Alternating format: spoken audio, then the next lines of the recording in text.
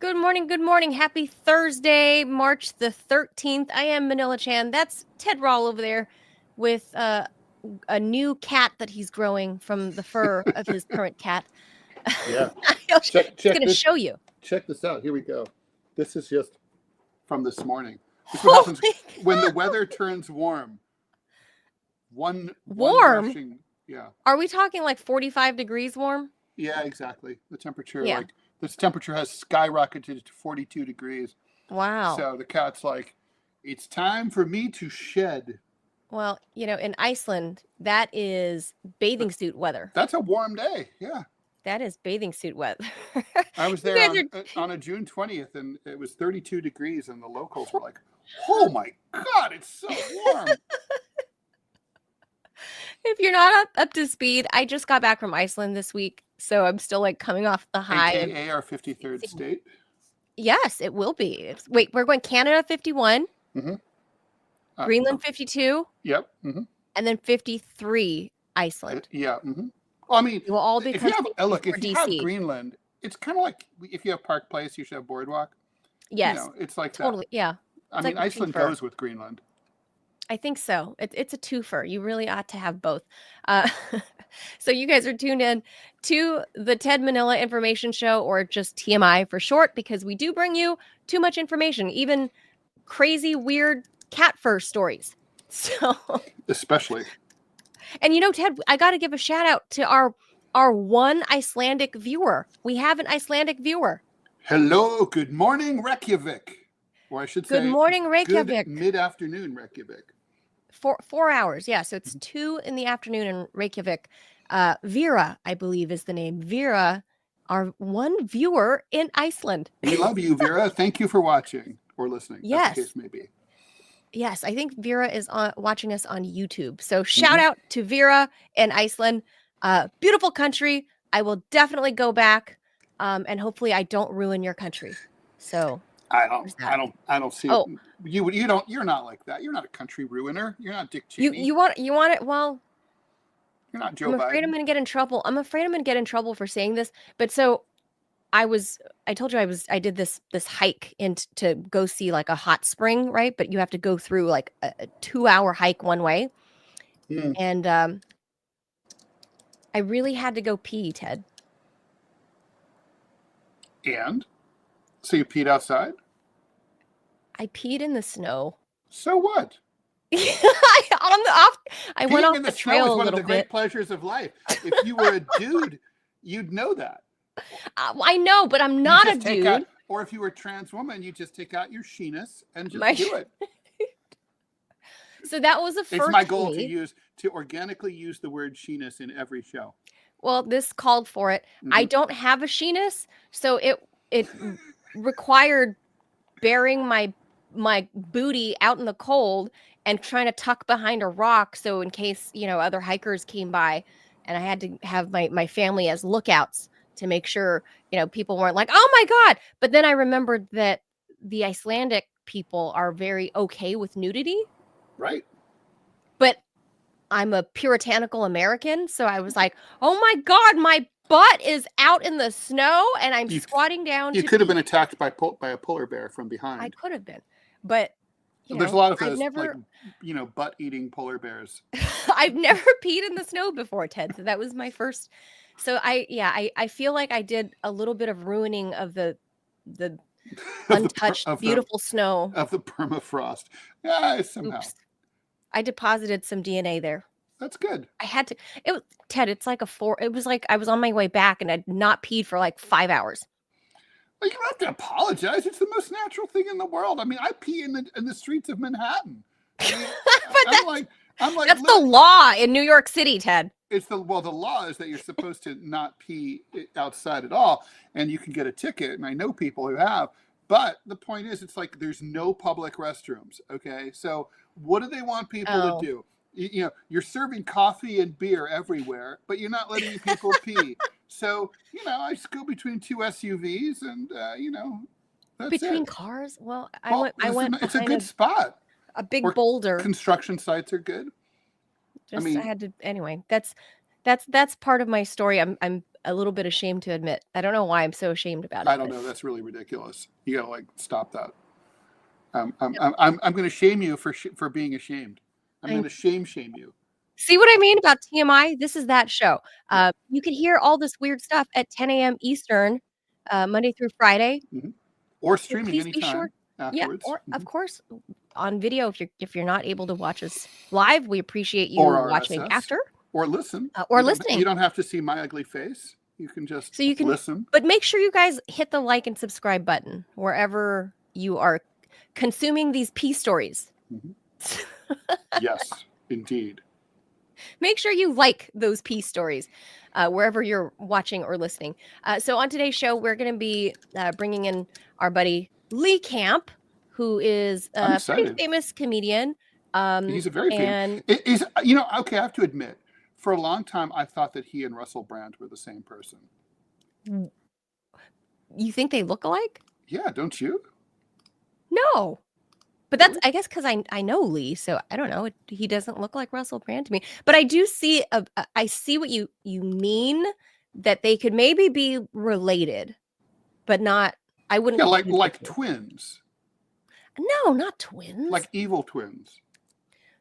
I don't think twins, but I think they could be like cousins. Physically, if you're just looking, physically. But Lee will be on. We're going to cover a myriad of topics, and especially him bringing back a version of his RT America show that ran for almost 10 years. And I described it as the Daily Show, but with teeth. Because by then, Jon Stewart had stepped down roughly 10 years ago, and we got stuck with Trevor Noah. Yeah. Oh, God, he was terrible. He was adorable. He's so cute. But what it was really proof that you can't have a foreigner do politics. I mean, look, I'm what? I'm serious. I'm fluent in French, right? And I know a little bit about French politics. I would suck on French television doing I just wouldn't. I wouldn't be able to connect I see what you're saying. to the cultural subtleties and the nuance. The nuance. I felt like he was doing his best, but it just wasn't good enough. I know. There were moments. I know people are going to say John it. Oliver. Okay, this is going to be controversial. I think John Oliver is not that great. Oh, well, he's all right. He has moments. He's all right. He wasn't Jon Stewart at his peak. Also, the Brits are kind of honorary because they're different. They're in a different class. But But they find Mr. Bean funny. Well, yeah. Well, that's strange. I mean, it's like So. But South Africa. I mean, come on. Yeah, they have lions and stuff. It's a different place. It's, I mean, maybe Trevor Noah is the number one comedian to lions. Yeah, and their lions are like, we have deer. They have lions. I mean, hello. Yes. Well, that's what I used to describe Lee's old show, and he's brought back kind of a version of it. I think episode 3 is going to drop today, so Lee's going to join us. Really brand new. Brand new. So he's going to join us to talk a bit about that, and then of course give us his hot takes on everything and see what's on his show today. But again, I loved that old Jon Stewart style, and after he stepped down, he's back now, Ted, and I don't know that it's necessarily the same Jon Stewart. Actually, it's a little better. You think so? I don't know. They do the rotating hosts. I'm not sure if I'm big on that. I've only seen excerpts on YouTube. Yeah, I think John only comes on Mondays or something. He does the Rachel Maddow. Stewart's a grizzled motherfucker now. He's old. Well, I mean, he's old and grizzled now. He's not really that old, but he's just grizzled. He just looks grizzled? Yeah. He looks like, he looks like the Revenant. I don't really know how old he is. But anyway, I'm not sure he's the same. He's the same Jon Stewart. But Lee Camp is not grizzled. We've got a lot of news. We got to get through it. I mean, I got to dump breaking news before we go into our normal lives. Okay, there's tons of breaking news. I'm just going to go through these very quickly. Wait, let me hit the jaws. Okay, so a couple of days ago, the Education Department fired over 1,300 workers. Yep. Now a coalition of Democratic AGs from Democratic states, 21 of them are suing the Trump administration to say that he can't do that. A federal judge has ordered Doge and Elon Musk to produce all the records of everything they've done so far. Trump is withdrawing his nominee for the Centers for Disease Control. The guy didn't even know he was on his way to the confirmation hearing. Oh my When God! they yanked his nomination. So lots of crazy shit there. Trump is vowing to slap this hits hard. This hits home. A 200% tariff on wine and champagne from Europe. That is. I mean, of course, champagne. So my is brie only from France. My brie is no longer, Ted? No, that's cheese. Your brie is safe for now, but the wine that goes with your brie. Oh, just the wine. Okay. I can do it. I'm okay then. I don't drink the wine anymore. I don't drink wine. I don't drink anymore. Okay, well, that's pretty crazy. New poll shows that Americans believe that Trump's actions about the economy are too erratic. And finally, last but not least, Pete Buttigieg has decided not to run for Senate from Michigan.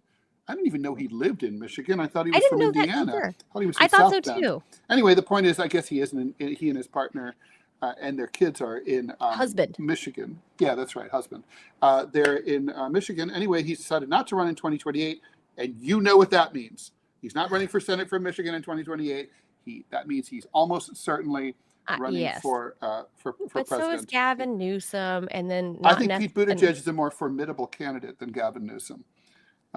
He's going to be. He has a better shot at being the Democratic nominee for a variety of reasons. But anyway, that's the breaking news headlines in just the last half hour. So yeah, a lot of stuff happening. Yeah.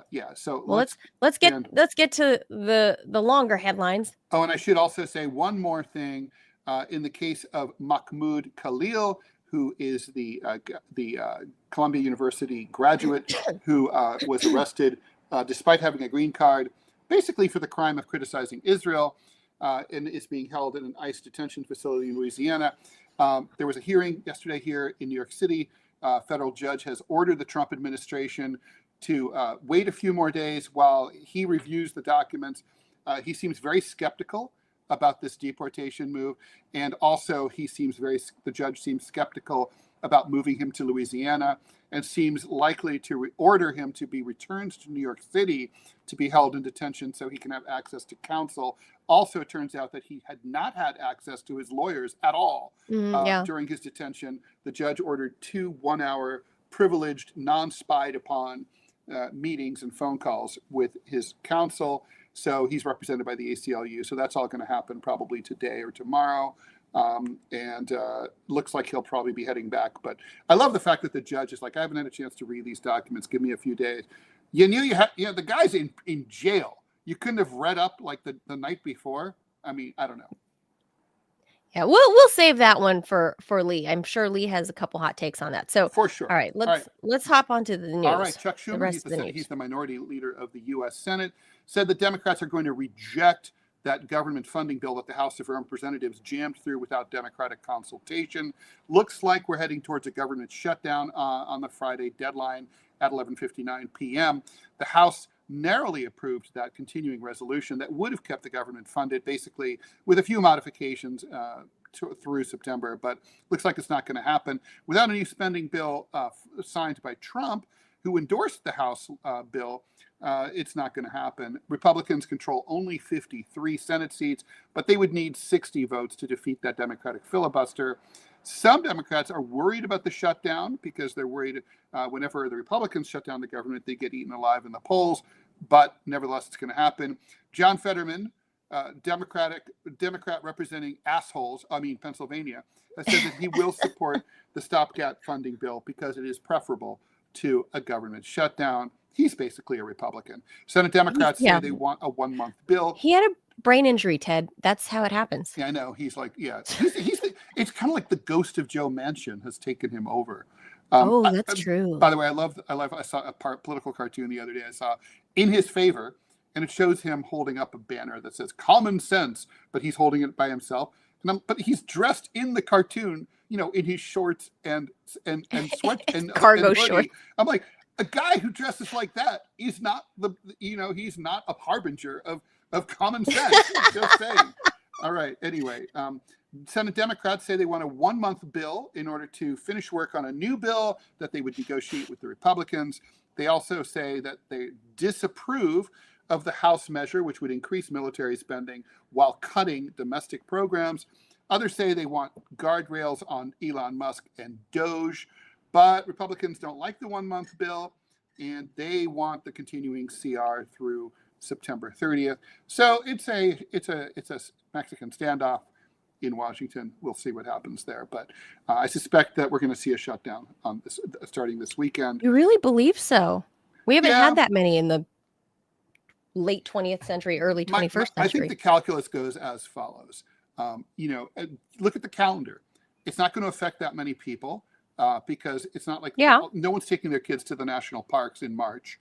By the time anybody's like the voters who are upset about it, they will have forgotten all about it by the next time anyone's going to be held accountable, which is November of next year. So it's like, I don't think, Democrats are probably figuring like, we have to push back against these Republicans.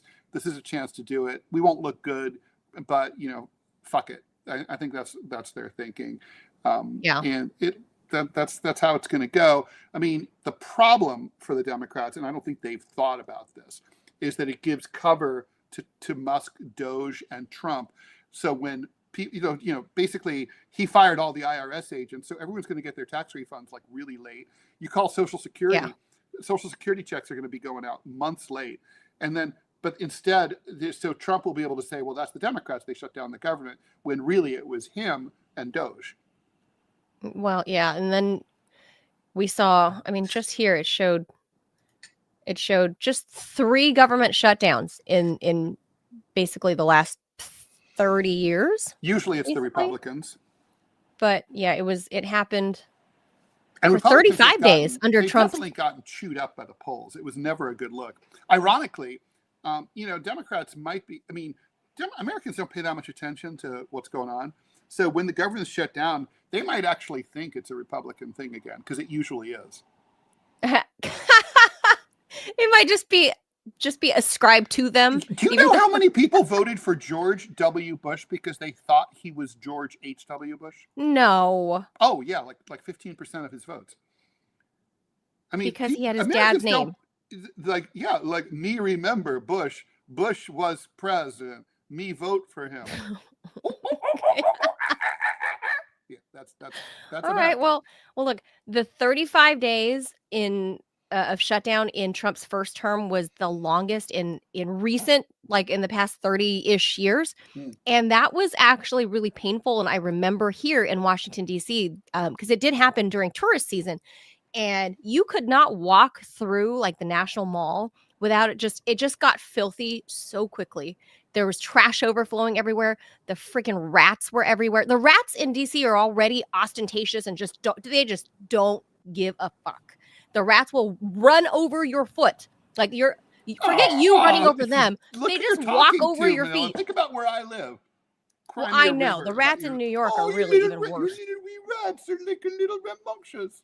They're just everywhere across the National Mall, and there was garbage everywhere. DC became like instant garbage dump, like instant, because it was tourist season, and that lasted for 35 days under the first term of Trump. So how long this lasts, I don't know. And besides, Ted, the Democrats, even if this does happen, I don't think it's going to last longer than a couple days, because they just don't have the guts to really play this game of chicken. I'm not saying they should, but I'm saying they just don't have the guts. So, and what's the answer? What's the solution to this? Nobody's going to meet the other side halfway, or even, a little give here, a little take there. They don't do that anymore. So what's this going to do? Even if they got the continuing resolution, even if they got the CR, so what? 9 months from now, then what? We're going to do this again? No, exactly. That's how they are. It's kind of like no one owns a calendar in Washington. Nobody knows when it's going to happen. It's like this was foreseen. Okay. It's like, you should have known, like the secretaries used to have in their cubicles in the 1970s, those signs that would say, "Your failure to plan ahead does not constitute my emergency." Oh yeah, I've seen those. Yeah. Yeah. All right. There you go. All right, a bill that passed the Oklahoma House floor would require that convicted child sex offenders be chemically castrated before they are eligible for parole. HB 2422 was created after Knight's Law, which passed last year. That bill, Knight's Law, was created in honor of the 5 Henrietta, Oklahoma teenagers and adult woman who were murdered by a convicted sex offender who was let out of prison before serving his full sentence. Chemical castration would be an option for anyone who wants to be paroled, or they would be required to serve out their full sentence. HB 2422 would affect anyone who's over 21 who's convicted a crime involving physical touch against a minor under the age of 13 that requires registration as a sex offender, and who's gotten a mental health evaluation determining the likelihood whether or not they would reoffend if released. That bill now heads off to the U.S. Senate. No, to the Oklahoma Senate. Right, the Oklahoma Senate. My apologies. So that right there, Ted, is I have mixed feelings about it. First of all, that don't come near my penis. The first thing we should point out that they created Knight's Law. And the news there, in local Oklahoma, they said it was in honor of the 5 Henrietta teenagers and adult women who were murdered by a convicted sex offender. The sex offender part is the least of my concerns. The fact that he killed them, the killing part is I think a little more dangerous than the unwanted touching. I think it's a little worse, but call me crazy. True. Yeah. The chemical castration, I mean, we're watching a video right now of how that's done. I don't know what that's supposed to serve. I mean, sure, I kind of say Can we subject them to emotional castration? Like we force them to marry someone who's really mean? Well, or look, psychic castration. They get a job with an abusive boss. Throw the book at them. Or political castration. They have to register as Democrats. But what is an actual chemical castration supposed to do to solve the problem that they are? That they're like this goes back minor attracted persons. They've been doing this for a long time. Like so here's the thing. It's controversial. I'm not even going to get into the human rights aspects of this, which are substantial. I mean, you're basically mutilating a human being, and there are many. I don't know what this that's solves. Problematic. In terms of for a lot of reasons, but. Let's just say, take that aside. It's controversial whether it's effective or not, because the question is what motive, is this sex drive? Is this partly sex drive? Is this is it a violent act, right? Like basically it's rape. And You're rape, a child molester. is a sexual act, but it's a violent act first and foremost. Right. So I think the truth is it probably works sometimes. For some people, because it reduces their sex drive, and it's like saltpeter. They just stop thinking about it. So if you're not thinking about sex, you're not thinking about rape, problem solved. But in other cases, it probably doesn't have much to do with that. Right, I would agree. So I mean, couldn't you just as effectively, punish them to getting weekly kicks in the balls? True. It could be like in Idiocracy, where they're on that show. Ow, my balls, where they just ow, my balls. I feel like the good swift kick to the balls would probably keep them in their place. We get back to the psychological component here. But then you're hanging on to your balls and you're keeled over going ow, and you're kind of winded for I don't know, a couple minutes or hours. Then you kind of think twice about wanting to molest people, children. Yeah, maybe. Rather than the chemical, I don't know what chemical castration would do to prevent other molestation. It reduces your sex drive. I mean, so you're just like not thinking as much about that release, right? But I mean, it's like that's a type of sexual expression, but this kind of act is more. I mean, I think what percentage? I mean, I'm just saying, sexuality is complicated.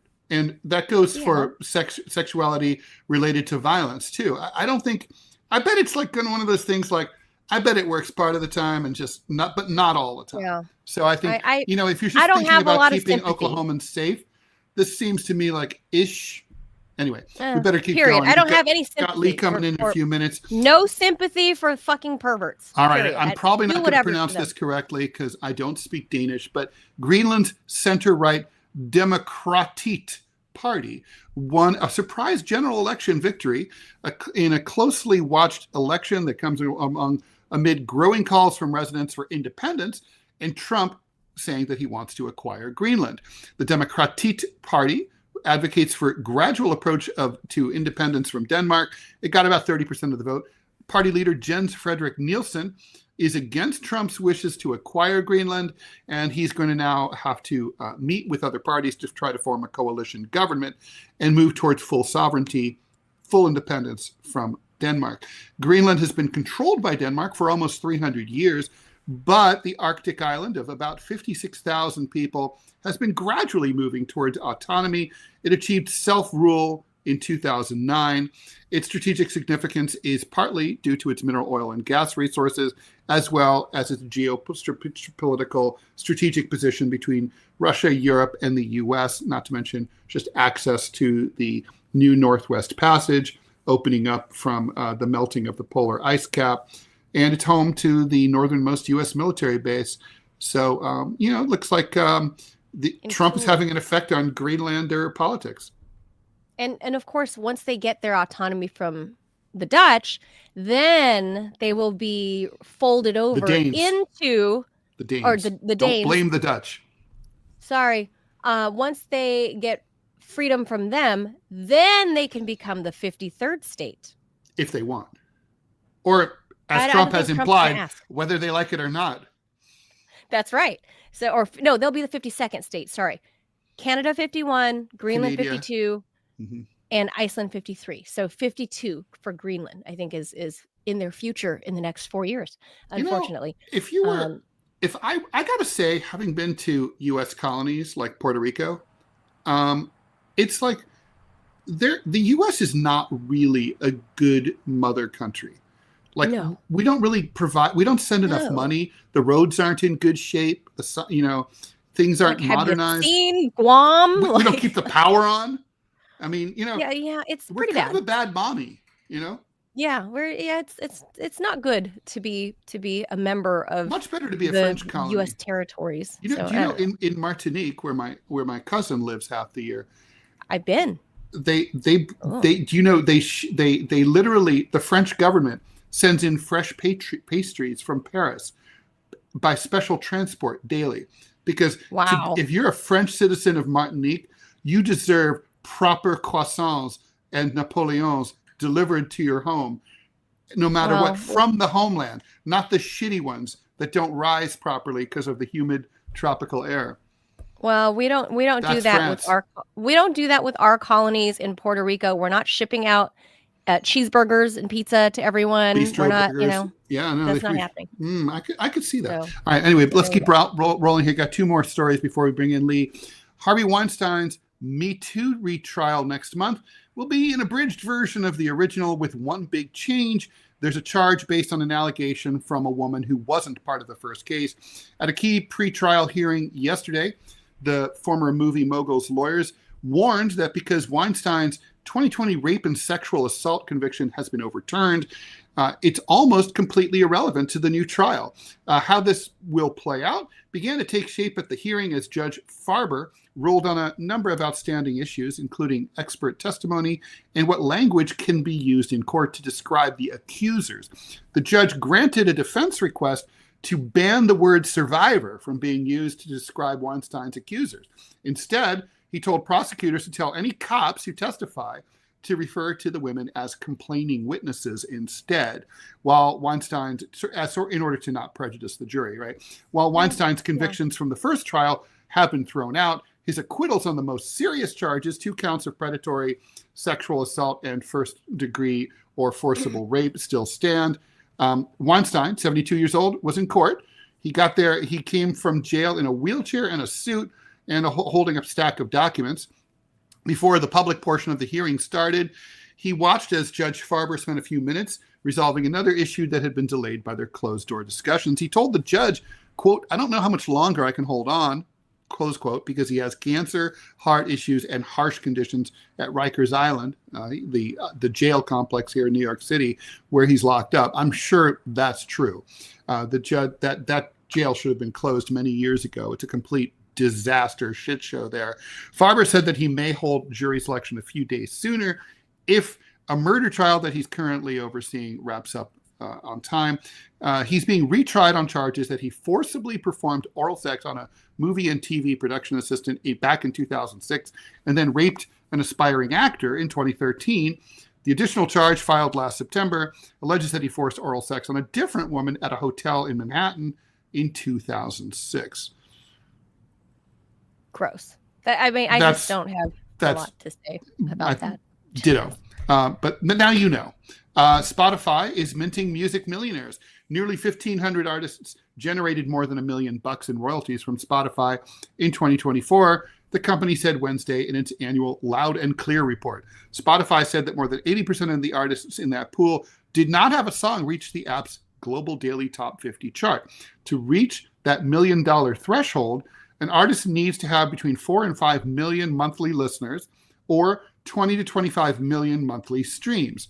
Now, I remember when Gangnam Style broke and had 2 billion views on listens on Spotify. I had read that Psy had only made $100,000 from Spotify. And I was comparing that to, could you imagine if you even had if you'd sold say 1 million singles of 45s, right. That's at least $1 a single, right? Or, maybe 50 cents. So, I mean, it's the numbers are just different, it was not uncommon for a successful band. Like I know Blondie in the early 80s was making $10 million a year from just music sales alone, not even counting concerts.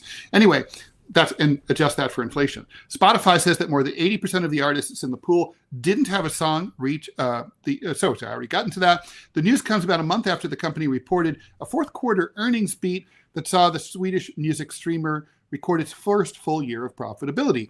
Spotify said the upper echelon of royalties, artists who generate over $10 million, has gone up 600% since 2017, reaching a total of 70 for last year.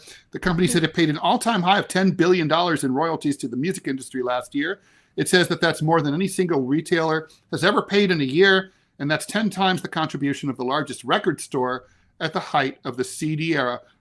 The largest record store? How do you compare one record store, mother of all record stores, to a global streaming service? You'd have to say all record stores. Then that would be very different. What is this? It's not even apples and oranges. It's like, I don't know. It's like, but that's the power of spin. Pumpkin power of meets spin, caper. Ted. Yeah. Power of spin, and that the pun is intended because that was the term that we used at If Clear you really Channel. want to support an artist, by the way, go to their website and buy a CD from them directly. They will get 80% of that money, and as opposed to that's like because everybody takes their pound of flesh. That's 4,000 Spotify listens, right? Anyway, Spotify doesn't pay per stream. It calculates a rights holder's stream share, or the percentage of streams that they get out of a particular market. So that's how that works. Look, Spotify is they're doing to the music industry what Harvey Weinstein is alleged to have done to his production assistants. Okay, I mean they have fucked over so many bands, so many artists. They can spin it every way they want. But it sucks to be a musician now. Yeah, I agree. I know that during COVID, my favorite band, or one of my favorite bands, The Cure, they were literally asking for donations to stay afloat, because even though they had millions of plays on Spotify or Apple, they'll make all their money from concerts. That's where the money will come from. But they weren't, they weren't able to scrape together a living at the time. So I don't know. I'm not a techie person. I don't know what the answer is. So they're showing you right there, 0.004 cents per stream. That's a joke, right? What, 4 thousandths of a penny. So I wonder what that is for the world of podcasting and everything too. And maybe we'll ask our guest who's waiting in the wings. So I wonder if that's what that kind of looks like too. Let's leave that there. It's crazy. Right, I don't know how the world of streaming changed everything, just like video killed the radio star. So, all right. Make sure you guys hit the like and subscribe button wherever you're consuming this content. It's helping us grow our little show. We're coming up on show 100 pretty soon, on episode 100. Yeah, very soon. We'll do something special. We'll have to think. Yeah. We'll just have All Clovis do the whole thing. Just put the cat in front of the camera, Ted. Damn it. Just have him meow. Yeah. He'll get way more views than us. No, that's true. Yeah, the internet loves cats. That's true. All right. So with that, let's switch gears.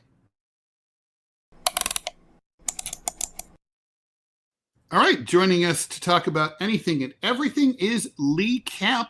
You've probably heard of him. He's a comedian and the host of the new streaming show Unredacted Tonight. Lee, thanks for joining us here on the TMI Show. Good to see you. Thanks for having me. Good to see you, Ted. Congratulations on the new gig. Been a little while. Yeah, I'm stoked that you brought back this like truncated version of Redacted. It's not even that truncated, except I don't have correspondence for the most part. Yeah. So yeah, it's a similar version. I love it. I loved your work before, and I'm proud to call you a friend. You know, I've known you for 10 years, and I watched the show flourish. Yeah. And I was so sad, obviously, when all of us were unjobbed. But your show was the only like creative content on RT America. Yeah.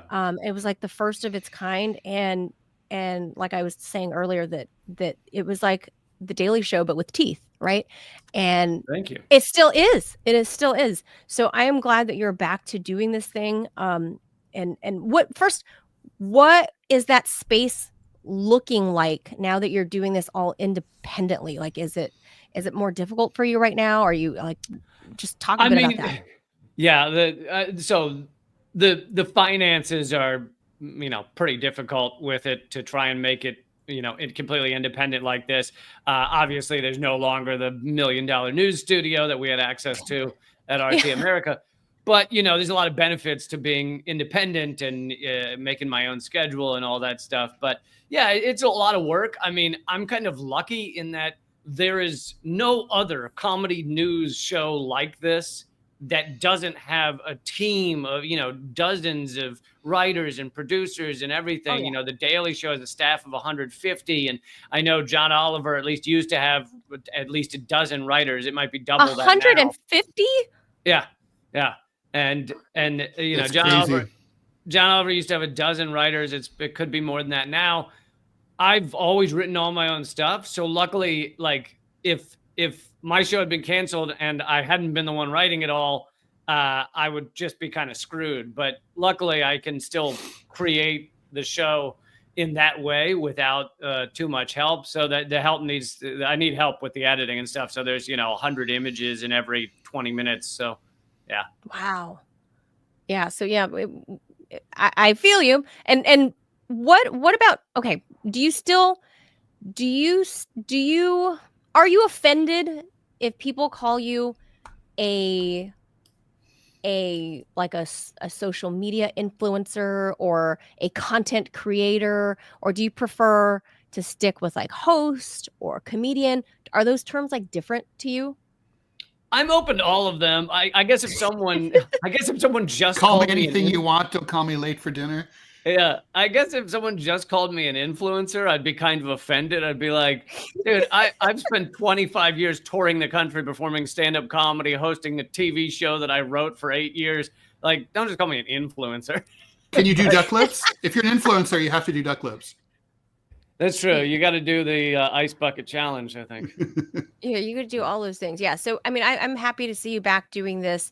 And I know you were doing your, are you still doing your daily stream with your wife?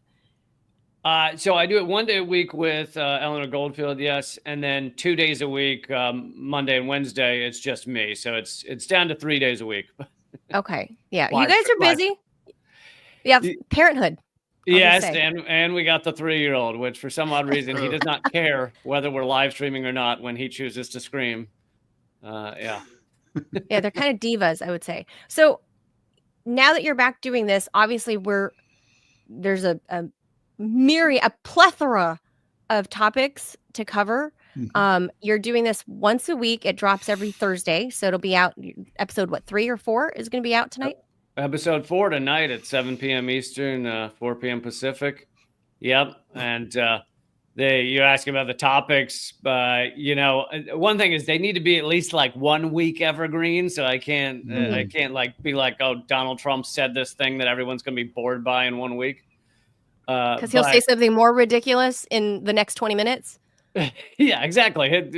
He could break a cat's neck in the middle of the White House yard. A week later, people are like, "Oh, that's so old." Well, that was a challenge, right? I mean, nothing's really evergreen. I mean, you can talk about climate change, but no one cares.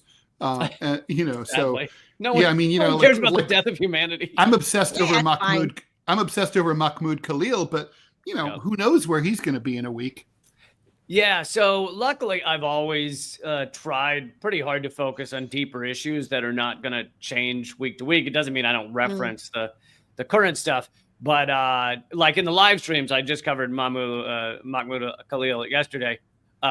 So I'll cover those in the live streams, but like the topics, so far on Redacted tonight have been how China is lapping the United States in all these different areas. I also did a long segment on just how many people the IDF in Israel killed on October 7th. Like once you add up that's a good topic. All the totally humorous, obviously. Easy to make fun of. Yeah. Easy comedy. Light. That one segment that'll be out tonight is on Cuba and all the ways that Cuba is, if you look at the stats, is destroying the United States and life expectancy, literacy, employment. I saw not long ago, who I would call an influencer or content creator, Benny Johnson. He and his team had gone to Cuba. And they did nothing but shit on Cuba and saying like everything, all the left wingers are saying are good about Cuba or bullshit. Like, look at this. The stores are empty and the streets are just putrid and full of shit. And it's just horrible and I should invite them. I should invite him up to my neighborhood in Upper Manhattan. I'm in Baltimore. I should show him Baltimore.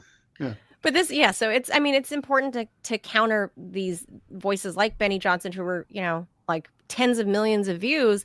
But do you think he's getting those tens of millions of views only because there is a dearth of counter narratives? Of anti-Cuba narratives? I think there's not just that, just like these right-wing. Yeah, well, that too. But like, just like these right-wing, is that just the era that we're in? Like the people like Benny Johnson are like one of the top streamers? Well, yeah, there's multiple things going on there. One is that anytime you go to some of these places that people don't get to see a lot of, a lot of in American media, people are usually hungry for those views. But you and I are going to be more suppressed. So they're like the fact that I'm not just doing an episode a day on how awesome Donald Trump is. It definitely means I get far fewer views. Anytime you say the word Gaza, you're going to decrease your rise in the algorithm. So yeah, we're fighting an uphill battle, and it'd just be a lot easier if you were just looking for money to go that route. Hey, look, I'm furthering U.S. propaganda, and all the social media platforms are like, perfect. Oh, we got to put a disclaimer in there. Donald Trump is the best president ever. Elon Musk is a god amongst men. Yeah. And the vaccine is safe and effective. And there's no proof that JD Vance is a werewolf. None that he humped couches either. And stop saying that he wears mascara, guys. Just saying. It's just not true. I think the algorithm loves you now. But I have to counter when you're saying something, Lee. I got to make sure we keep our likes, our viewers up there, and the algorithm is friendly to us. And as RFK Jr. said, the Gazans are the most coddled population on Earth. Oh, yes, absolutely. Like this guy, obviously, totally should be. He should be totally deported. Green card, whatever.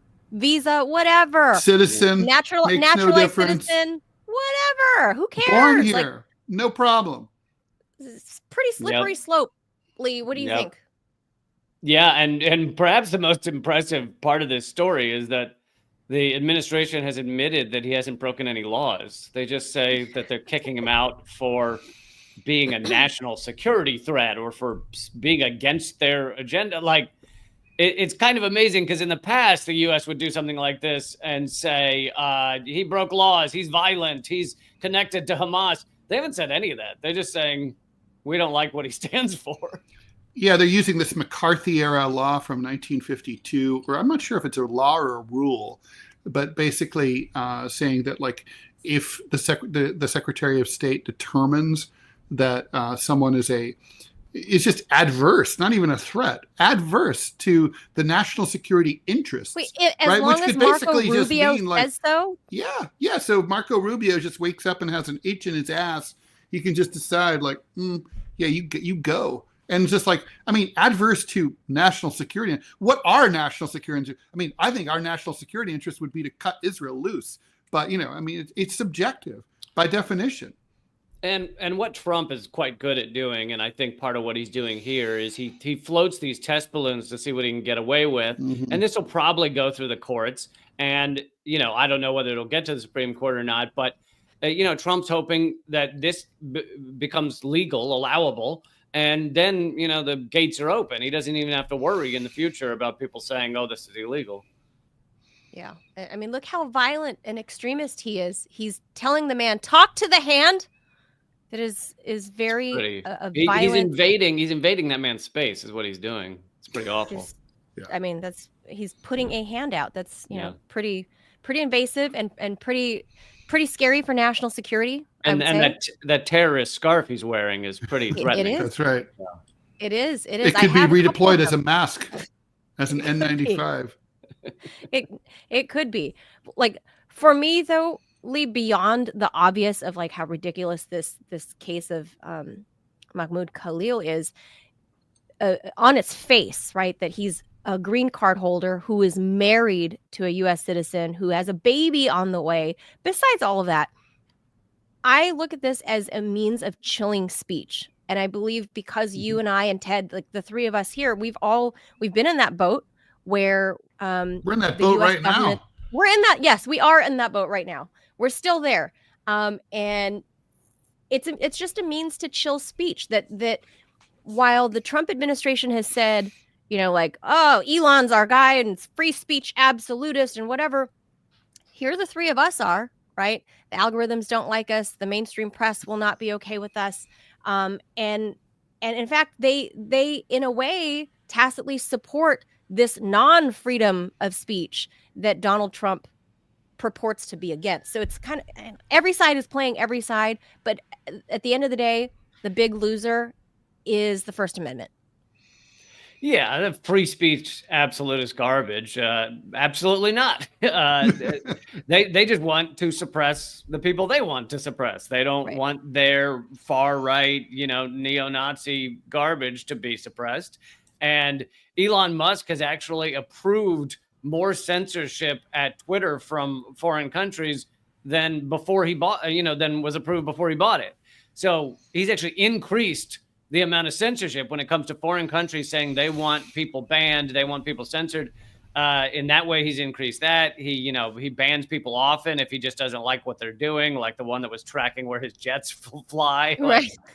Well, I kind of don't blame him for that. You wouldn't be into that either. If you're like, you're rich as shit and like some little pipsqueak it doesn't say where your house you.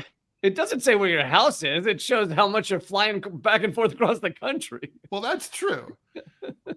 It wasn't pictures of his baby. Of his 42 babies. But like even Scarlett Johansson's like, no selfies with the fans. I don't want anyone to know where I am at any given time. I don't know. Is that a thing? That's a thing, yeah. Oh. And people think she's mean. Barbara Streisand effect. The Streisand effect, right? Well, she probably gets stalked in a way that Elon Musk does not. Oh, well, there could possibly so. But I mean, it's like there are definitely people who would like to do harm to Elon Musk. I'm not one of them.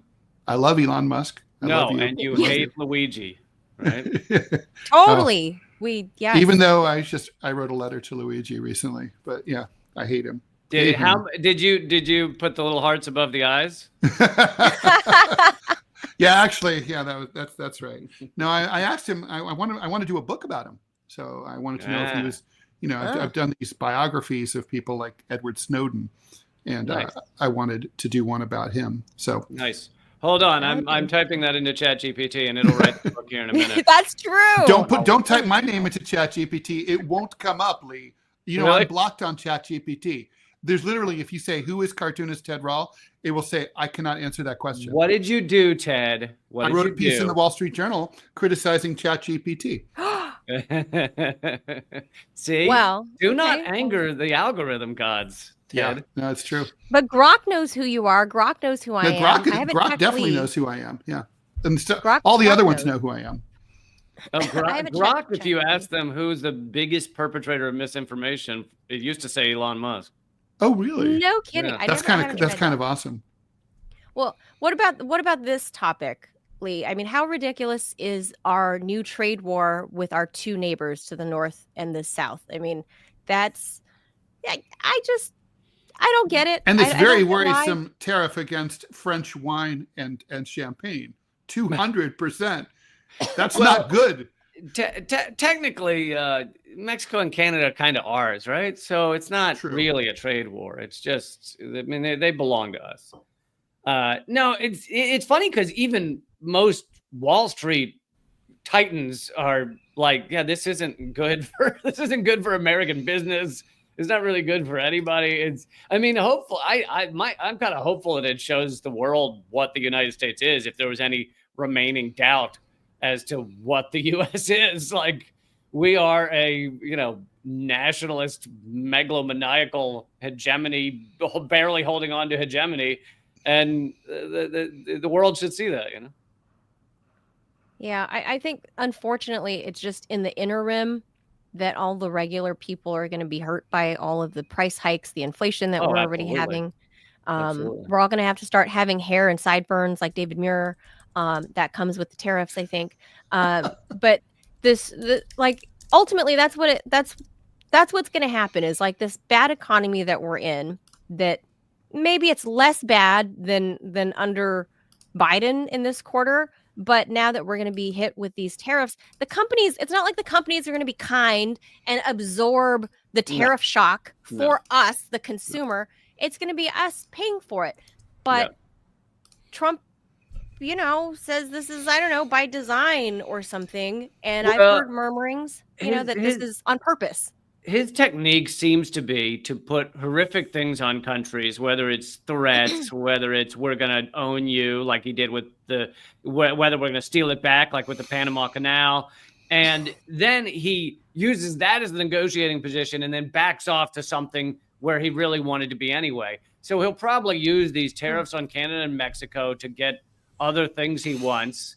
And if you look at the Panama Canal, they made that threat that they were going to steal it. Panama then says, okay, we won't charge you to go through it anymore. And BlackRock then buys the ports on each side of it. So Trump ended up getting what he wanted by kind of threatening that he was going to take back the Panama Canal. So it's just a nasty, belligerent, narcissist who he browbeats countries into submission. And a lot of the time it's successful, but it's not going to stop BRICS. It's not going to stop the fact that this is a waning empire, the fact that we're in late stage capitalism, the fact that China's on the rise. None of that's going to stop. By the way, speaking of, all that, BRICS and all that, there's some breaking news that that Russia has said they looked at the terms of the proposed ceasefire with Ukraine that the U.S. negotiated with Ukraine. They don't like it. They're saying no. Russia's saying no. Yeah. We'll see how Trump acts now. Yeah, that's no surprise to me, because I mean, as much as I'm against any war by anybody, at the end of the day, when the Russians have clearly been winning, despite whatever the media narratives are, a 30-day ceasefire only benefits Ukraine. Like, why? It gives them a chance to rearm, recoup, and lie again, like they did with Minsk 1 and Minsk 2. So why would the Russians trust the U.S. and say, okay, yeah, we'll go into a 30-day ceasefire? I mean, I get it. I wish that wasn't the case, but I get it. I get that. Well, and it's not that it's not that Russia wants war. It's that they want an end to this war. They don't want a ceasefire. A real end. Right. Yeah, No, I agree. Yeah, the ceasefire feels like kicking the can down the road. It's almost like you could certainly continuing resolution. You could negotiate an armistice that starts with a ceasefire, and then but has the terms of the armistice negotiated. Obviously. Yeah, and it's now an open discussion that this is a proxy war. It's not even hidden anymore. Boris Johnson has said it live on video. Leon Panetta said it live on video. Numerous others. So it's not even a hidden position, which means, okay, if they're now admitting, or a lot of them, that this is a proxy war, that means it's between the U.S. and Russia. Well, does that mean Russia should just, they're up against that makes them, by definition, up against the most powerful, bloodthirsty country on the planet? It's like, yeah, maybe they shouldn't take, to act like that's not a small endeavor. And it also means that the U.S. has it, as we all know, in the power to end this immediately, and they could. Yeah, I unfortunately don't see this coming to a close anytime soon, because I don't know if Donald Trump just doesn't get it. He's getting bad intel, or he thinks he's somehow this master negotiator and that this all plays into it, and that he knows Russia's going to say no. I don't know. I'm not going to give him all that credit, because I personally just think he just doesn't get it. I think he just doesn't get the deeply rooted historical issues behind all of this. He thought, oh, I'm going to end the war in one day, my first day. And then it became my first 100 days. And now it's like, we'll get to it. Behind closed doors, I think what he really wants is for Russia to say to him, whether they do it publicly or not, doesn't matter, to say to him, we're going to align with you economically and otherwise, right, and we're going to cut off China largely. Mm-hmm. And I don't think so Putin's not dumb enough to agree to that. So if that's what Trump really wants. And so Trump's not getting what he wants, and that's where things stand. Yeah, I think that's right. I mean, it is possible to thread that needle, of course, but it would require someone a little more subtle, shall we say, than Donald Trump. Wait, Trump's not subtle? Huh? As the joke goes, Trump pronounces the B in subtle. Yes. Never heard that one. So we know Marco Rubio is a China hawk, right? So I feel like your analysis of that is pretty accurate. All the neocons have shifted to all eyes on China. BRICS is growing. You brought up BRICS a little earlier.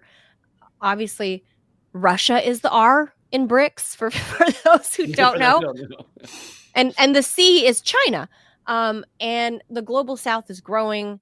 I don't think whatever happens, with Ukraine, I think is not gonna halt what's happening with the growth of the global South. And then what the West keeps trying to counter with is like, oh, but population collapse. Look, the Chinese, they're not making babies. They're not getting Neither married. Are we. Neither are we. Right. But neither is the West. So Elon Musk is doing it for all of us. He's doing his part. 13 at last count, right? Does anybody know, are these in vitro babies, or is he shagging all the women? No one knows. I think the shagging. Yeah, there was some rumor that the most recent one was genetically engineered using CRISPR. Oh, but I think that turned out to be bullshit. I don't know. But the latest one, the influencer, I can't remember her name, who Ashley St. Clair. Yes, she said they did. That's not a porn name at all. She said they had a relationship, and then the baby's born, and basically he won't talk to her anymore. He just wanted to get the baby, I think. And yeah, that's the weird thing about Elon, right? Is I don't think he's even interested in the shag. I think he's interested in the reproduction. Yeah, he just wants to pump out the genes, which is funny because I don't understand why genes matter if you hate the kids. Right. So I don't some of them he's not speaking to anymore. Many he's not speaking to anymore. Yeah, isn't one trans and hates her? Yeah, one's trans and they don't speak. Yeah, and hates dad, whatever, and it just I don't know. But it's a race. I personally think there might be a race between him and Nick Cannon. Just saying. Yeah. All biological, natural, conception. Nick Cannon, from what I understand, and they're in a race to populate the Earth with cannons and musks. So we should just put Nick Cannon and Elon Musk on an island, let them shag each other. Just leave it at that. Just bad thoughts. I think that should be your main topic for next week's show. That's an evergreen topic. And you should Lee, I think you need to build in a built-in segment at least once a month for Elon Musk's newest baby. Ooh, Musk baby watch.com. Yeah, I don't know that I can pronounce XV7 Babylon 5G square root of pi. Yeah. How do you pronounce? As I told you, just got back from Iceland. How do you pronounce the A with the E? With the E on it. I don't know. I think it's sort of like a I. One's a hieroglyphic. Sound that you make if someone punches you. Hey, there's an Italian thing. Hey. There's also a hieroglyphic of an Egyptian in it, I think, in the name. Yeah, supposedly those aren't the real names, though. Apparently, the kids all have like normal names, like Bob, but like that's just for those characters are to make it harder for them to be stalked and for the tracked. Press. Oh, yeah. Well, I thought he called the weirdest one. I think he just calls him X, doesn't he? Yeah, he calls him the one he totes around with him everywhere. Exter, little Exy. Yeah, it's the kid that he totes around with him. Well, you notice he totes that kid around a lot more after Luigi Mangione showed up. Oh. It's like, yeah, it's like Grimes human shield. The dead zone. Yeah, see all this taboo stuff. I gotta ask another comedy thing before we let you go. Are you still doing are you still on the road? Do you do tours? Do you still do the physical stand up? Almost never. Not because I wouldn't enjoy it, but it's a combination of it was never profitable, really. I mean, in terms of just going and playing theaters, which is what I did almost the entire time that I had Redacted tonight. It wasn't. It maybe could be a little profitable, but not really. I walk away from a week after all was said and done. Walk away from a weekend with $500 or something. After we've been planning the show for forever. Right. Because as you guys were talking about with music, you owe a cut to the venue, you owe a cut to the opener, you owe a cut to the sound guys and whatever. And then I often had to fly there, hotel. And so it was never that profitable. But then on top of that, it's just I have increased my output so much, 3 live streams a week, this show and a kid. Like I just the time and the money is not there. So. It also seems, I mean, look, I'm not in that world of stand-up or anything like that, but, book tours and all, a lot of venues are gone post-COVID. The infrastructure to publicize these things is also gone, right? Like the alt weeklies being gone is massive. I mean, it used to be like if I had an ad in an alt weekly that said, hey, Ted Rall's rolling into Nashville. It's like, holy shit, I might have 1,000 people. Now it's like I've got to dick around with like social media and maybe 15 people show up. What's the point? Yeah, and fun fact, I have 2 books, but recent ones. And in 2020 was my book launch and basically the one I only had a few book launch gigs set up, but the one I was really excited about, Strand Bookstore in New York City, luckily still around. Great store. I had the final performance book launch event before the pandemic. It was like March 8th or something. And so on there, they had a YouTube page of all their book launch events. I was up on as the main thing for like 3 years because they never had another one. Oh my God. And but yeah, after the pandemic, it's like a lot of that stuff has not come back. Yeah. That's not my world. I've never done anything like that. So I was just curious out of my own curiosity. I thought I'd ask, since you are a professional stand-up comedian and you cut your teeth on the road. I'd love to get back there. And I'll tell you what I miss even maybe more than just the stand-up is Redacted tonight had a live audience, as you know, for the first 6 of the 8 years. The final 2 were no audience because of the pandemic. Now, luckily, this showed me that the show could be done with no audience, which is what I do now. But I did love having a studio audience. Like, it gives you the whole feed off of it. You feed off of it. The timing is different. It's just a whole other vibe. And, you know, one day I'd love to do that again, but that is a whole other undertaking, getting people to show up and dealing with all of that. And then, you know, as opposed to getting 5 takes to get it right, you got 1. So. And what about like the taboo? Like, as a comedian, you guys are supposed to push the envelope. And that's why I think comedians are, I would say, more successful oftentimes of delivering the news or like delivering some hard truths, right? That are a reflection of society, because that's, you know, comedians kind of get that license, right? Because you've already prefaced who you are. You are somebody that wants to make us laugh, right? Are there anything that's like taboo? Are there taboo things that you just can't talk about? I mean, and don't say Israel, because we know we can't. We love Israel on this show. We love you, BB. You're love really BB. cute. Yeah. Well, love what you've done with Gaza. Looks great. Yeah. Like, there's no topic that is just like off limits always. It depends on how the comedian addresses it, how they deal with it. For me, the reason I think I can talk about all these horrific things and make them at least somewhat funny is because I'm always punching up. I'm never punching down. And it's just kind of how I do what I do. And so, you know, I did a whole segment on how many people Israel killed on October 7th. So this 1,200 number of Hamas killings is completely false. But I was never making fun of those killed. I was going at the killers. I was going at, you know, the people causing the harm. And to me, that's why I don't find funny like a lot of what the right-wing comedians are doing these days. I'm not saying they don't have a right to do it. I don't think it should be censored, that kind of thing. But it's like, you know, to see someone with like $1 billion like Dave Chappelle just need to spend a big slot of every special just attacking trans people. It's like, I'm not saying he can't do it. It's just like, is that really where you need to exert your energy with what's going on in the world?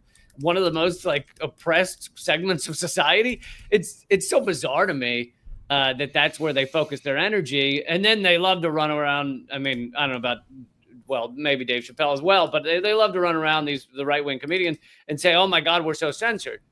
These are the least censored people on the planet, like the largest Netflix deals, the largest Spotify deals, and they're so suppressed or censored. It's like laughable. Yeah, I think overall, as a consumer, I would even say sometimes a connoisseur of comedy, of all different types. Like I love sitcoms. I love stand-up. I used to relish those days in my 20s, like, you know, all up and down Sunset and Hollywood Boulevard. There's just places you get, little small dives, big places like the Comedy Store. I was always at those things. And I loved just being able to laugh and let loose. Right. And I feel like over the last 25 years, little by little, comedians were beginning to be a little more self-censoring and a little more restrained on certain things. Well, it's always been dangerous, right? I mean, like my favorite story about, I had a friend who, you know, we were talking about comedians, and she confided to me that she had been a huge fan of George Carlin. And she said, you know, I loved George Carlin. That's a dirty secret. Until he told that one joke. And I'm like, what? So Lee, you're gonna like this story. So I'm like, well, how much do you like George Carlin? No, I love George Carlin. I went to see his concert. I bought all of his albums. You know, it's like, I just, you know, he was just the best. I never missed him. You know, I probably, and so I'm like, okay, so first of all, what's the joke? Yeah. And so the joke was, have you ever noticed that women who are against abortion are women you wouldn't want to fuck anyway? I'm like, it's not that. So anyway, I thought it was a pretty funny joke, actually. But anyway, So I'm like, okay, let's just stipulate that like he's a horrible that joke is misogynistic and sexist and lookist and bad in every way and Hitlerian. Okay, fine. Hitlerian. But let's just say that. Okay, like, so this is the thing about comedy, and I feel like cartooning and a lot of other fields are like that too. It's like, it's a high wire act, right? So George Carlin, I mean, what profession is there where you can have the guy hits it 1,000 times and you're like, yay, George Carlin. And then that one time, you don't like what he says, he hits you the wrong way, it doesn't land right. And you're like, fuck that guy. He's dead to me. I want him to die. I'm like, well, if you are like in, trying to crack jokes, especially about politically sensitive issues, if you're trying to make commentary, you keep talking, at some point you're going to piss off everybody. And so I have this whole theory that when you start out as a like rising comic or a cartoonist or whatever, people give you a lot of leeway because you're up and coming. But you do this long enough, everyone hates you, and you live you end your life drunk in a gutter somewhere, broke, because you have no audience left. Well, if you lose them all, you're probably doing something wrong. But but no, I always find it funny. Over the years, I have gotten so many emails. I mean, it's not like floods of them, but it's just funny how there'll be the one topic that this particular person cannot hear a joke about, even if I'm, like I said. Oh, and you know what they always say? Lee, I've never written to you before because I always loved your work. But this one thing you said, and you know what I do? I write back to those people. Lee, I've always been a big fan, but you mentioned epilepsy in the, like, it'll be and my cousin. It'll often, and my cousin suffers from that or whatever. And it's like, could you imagine if you tried to avoid everything on planet Earth that someone might have been afflicted by? You can't, like, you're batting .999, but it's not good enough. It's like eczema's not funny, guys. Well, I have a response to cortisone cream, and I'll be like, "What kind of?" You might want to think about what kind of person are you? That did you ever write to me to say like about all the cartoons you read that you liked? No, I only hear from you when you're pissed off. What kind of like a churlish asshole are you? I think that's like, and then people sometimes write back and they'll be like, "That's a good point." yeah. And they're still like, "Fuck you." I always found that ridiculous. It's like, okay, if you found one line offensive, maybe just ignore that and enjoy the rest of the show. Right. But in terms of, so that's, people sometimes conflate being offended with being censored or attacked. And those are two different things. People have a right to be offended. Like at some of these right-wing comedians, they're like, someone walked out of because it's like, well, maybe you were saying something offensive. Like they have a right to be offended at certain things. But it, like you said, it has been dangerous in some ways throughout, American history since comedy performing was a thing. Ask Lenny Bruce, People have been arrested going way back. Of course, George Carlin's 7 dirty words went to the Supreme Court. He was arrested many times arrested on stage once, I think in Chicago. He was arrested with Lenny Bruce once when Lenny Bruce was a kid who attended his show and decided to basically get arrested with him when the cops were arresting George Carlin. Lenny Bruce was, of course, Lenny Bruce was really driven to his death by the government because they were arresting him so much and taking away the liquor licenses of places where he performed. So he lost his income and he was already into drugs. And so that pushed him further into drugs. And, he died of an OD. But it's never been fully safe to make fun or go after the U.S. empire in a way that is beyond just the kind of little chuckle hut that is the late night shows.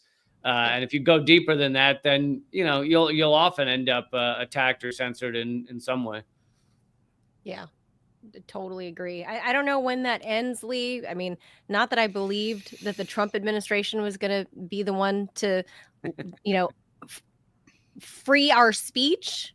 And certainly the Biden administration did not free our speech. I mean, it was way worse, with the collusion with the tech companies. I don't know that this is way better, but maybe less worse, but in a different way. I don't know. I mean, I always compared this, on Sputnik. I would always say you want a poop sandwich or a poop salad or poop soup. Or Well, I mean, I think one of the big Milkshake. problems now is that there's really no space for a variety of opinions in mainstream media in a way that there was. I mean, you could always, like in the 90s when my career got going, I'm not going to say the New York Times was ever a hotbed of leftism, but I was the most published cartoonist in the New York Times. They used to put me in. There was a space for a person like me every now and then. And that you could see that in other venues. That's just not, I mean, I used to be a regular on MSNBC, CNN, Fox. It's like now it's like the bandwidth is so narrow. Like, like on MSNBC, you have to be a certain kind of Democrat. You can't be anything else. You can't certainly be like a Bernie Democrat. There's no way. It's just sort of those spaces are gone. I was reading today, Bernie, you could, Ted. Like in Washington. You can't be 2016 Bernie. Right. That's right. Yeah. Today's, oh my God, Bernie now. Today, Bernie, what's works. happened to you? Oh totally fine. That's a whole different topic. Today's fine. Yeah. But anyway, we'll just leave it there because we're going overtime with Lee. Go ahead, plug your show, Lee, your brand new one, and all the other ones too. Thanks so much, guys. I really appreciate it, and I love your show. The easiest place. I love yours, and I love you. High five. The easiest place to find all my stuff is just linktree.com/LeeCamp, LeeCamp. But Unredacted Tonight is on YouTube and on Rumble. And I also have podcasts. I live stream 3 days a week. All that's at linktree.com/LeeCamp. And Unredacted Tonight comes out once a week. Completely free to watch. We have special guests. They're only, because it's a 25-minute show, they're only on for a couple of minutes, but it's we've had Chris Hedges and Peter Joseph coming up, so I hope people will check it out. And awesome. Last thing, I'm gonna put this up there, is that, well, not put it up there, put it out there, is that you might take offense, Lee. Ted said that he used to confuse you. Uh-oh. Oh my God, I can't believe you're outing me. Wait, with who? Totally outing with Russell Brand. Physically. Facially. He thinks that you look like Russell Brand. Hey, Russell Brand's a good-looking guy. No, he's a good-looking guy, but physically, you have to be. He's a sex addict, and you have to be a good-looking guy to be a sex addict. That's not true. That is not true. You can't. It doesn't look at Harvey Weinstein. Thank you. Well, he's not a sex addict. He's a rapist. That's different. Ugh, gross. Wait, Russell Brand's got some accusations, my friend. Well, that's true. Yes. But yes, physically, I don't mind that. If people think we're saying the same thing, then that's a problem. No, I don't think that. No. Ted and I were having this debate early on when we were teasing that you were coming on the show, and he's like, I used to confuse their faces, that I what do you think they look like? But maybe it's, I don't know. Maybe I have that disease where people don't really recognize Maybe faces. that's why Ted would always give me a bit of an evil eye when I'd see him. Nah, I don't think so. Maybe. But either way, Lee Camp, Russell Brand, good-looking guys saying two very different things, but it's the long, shaggy, it's clear the what basic, it is. the basic. We know what it is. If you were a silhouette only. There was a time when me and Russell Brand were saying somewhat similar things. He was down at Occupy. I put out the call for Occupy along with many others and was there the first night. But obviously he was far more famous. And there was this time where we were running the same circles and stuff. And then it's become the complete opposite. Now his best friend is Jordan Peterson, I think. So. Oh, interesting. It's very strange. Yeah. It's a strange world we're living in, Lee. Yeah. Very strange. Yeah. I appreciate you being here and giving us some hot takes on all the crazy news cycle. I every time I feel like our news is insane, it just gets crazier every year to the point that I don't even know where to begin. And if and when, maybe if I ever get back to doing, TV news, I wouldn't even know how you hit everything in 30 minutes. I'm waiting for the Onion to just declare surrender, throw in the towel. Just reality is too weird. Reality is so much weirder. I have to say, I don't like these periods. For me, I don't know how you feel about it, Lee. it's like, I call it like kinder cartooning, because it's like fascism bad is not exactly like an insightful political commentary. Right. And like, I liked it much better when like Obama was president or Biden, because, you can come from the left at the Democrats, and, there's more room to say things other people aren't saying and get people to think. This is just like, it's like time to make the donuts sometimes. Yeah, it's true. And I hate which is happening more and more. Sometimes I'll have segments that, at least for the beginning of them, is the same thing MSNBC is saying, like, Trump deporting certain people is an assault on free speech. But what I do beyond MSNBC and what you guys do is then dig a little deeper, like the fact that Biden opened the door for all these assaults on student activists by having over 3,000 arrested while he was in office. So. Yeah. That's democracy, Lee. Stop it. Linktree.com/Lee Camp. Yes? Yeah. Thank you so much, guys. Really appreciate it. Thank you. Thank you, Lee. I'm so glad that you brought unredacted back. It's still redacted, but unredacted. So I have something to watch with some humor. Thank you, Lee. Thank you. Good luck, and we will have you back. Thank you. Keep fighting, guys. You too. Thanks, Lee. Bye, Lee. Thanks. Well, that was great. I knew it would be. Lee's always great. Very insightful, and genuinely a nice guy.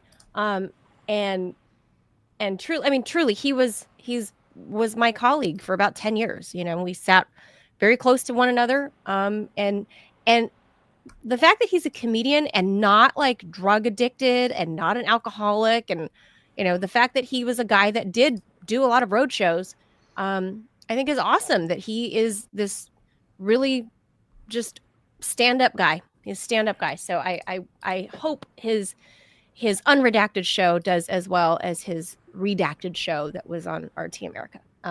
But anyway, guys, thank you guys for tuning in. We'll be back tomorrow for a fun Friday show. What number? We're on show 96. Okay, so next week we're going to hit show 100. Yeah, episode 100. So thank you guys. Please be sure to hit the like, follow, the subscribe button, all of that, so it tells the algorithms that we exist, and then other people can find us too, so you can help us grow our little program. Thank you so much for tuning in. I'm Manila Chan. That over there, Ted Rall and Clovis, of course. I know you guys are tuned in for Clovis, especially. Obviously. And his fur balls. We're on fur ball watch because he's molting. He is molting. It's true. It's coming all off. He's gonna. It's actually a little. It's actually kind of frightening. Because the amount of fur. Yeah, it's a lot. But then, is that why I think he looks chubby? Is because I thought that's just what his. That's not it. Yeah, that's that. It's he's fur? He's not a chubby cat. Well, he has put on a little weight. I haven't met him in He person. had lost some weight, and I changed his food, and then he put his weight back on. So I think chubby cats are adorable. I'm just saying. Yeah, no, for sure. Obviously, you can't argue with that because it's more cat. More cat is better. Cute. More cat is always superior. More Clovis to love. That's what people are tuned in for. That's what the people want, Ted. More. All right. Yeah. All right. Me too. Yeah. All right. Thanks for tuning in, guys. We'll see you back here tomorrow. Hasta mañana, folks. Bye. Bye.